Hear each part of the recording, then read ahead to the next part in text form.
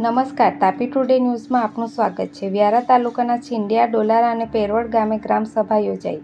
ગ્રામજનોએ આંતરિક રસ્તાઓ, નાળા અને પીવાના પાણીના પ્રશ્નો રજૂ કર્યા. ભારત દેશનો આત્મા ગામડાઓમાં વસે છે એ ઉક્તિને સાર્થક કરતા સ્વચ્છતા હી સેવાના સંદેશ સાથે રાજ્ય સરકાર દ્વારા વિશેષ ગ્રામસભાનું આયોજન કરવામાં આવ્યું હતું.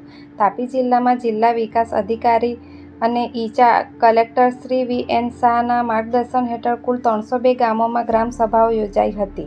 જે પૈકી વ્યારા તાલુકાના છીંડિયા, ડોલારા અને પેરવડ ગામે ગ્રામસભાના સચિવ અને તલાટી, સરપંચશ્રી અને લાયઝન અધિકારીની ઉપસ્થિતિમાં ગ્રામસભાનો પ્રારંભ થયો હતો. છીંડિયા ગામે ગ્રામજનોને સ્વચ્છતા હી સેવાનું મહત્વ સમજાવતા તલાટી હેતલબેન ગામિતે ગ્રામજનોએ સ્વચ્છતાનું મહત્વ સમજાવ્યું હતું. સાથે સરકારશ્રીની યોજનાઓ, વૃદ્ધ પેન્શન યોજના, પાણી, પીએમ આવાસ, અન્ન પુરવઠો, પંચાયત શિક્ષણ, કૃષિ, મનરેગા, સ્વચ્છ ભારત વિશે જાણકારી આપી હતી. ડોલારામાં 60 જેટલા પીએમ આવાસના લાભાર્થીઓને જીઓટેગ સર્વે કરી નિયમાનુસાર લાભો આપવામાં આવશે.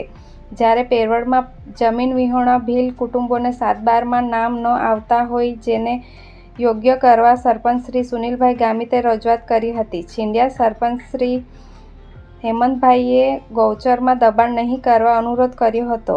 છીંડિયા, ડોલારા અને પેરવડમાં ઉત્સાહભેર ગ્રામજનોએ ભાગ લીધો હતો.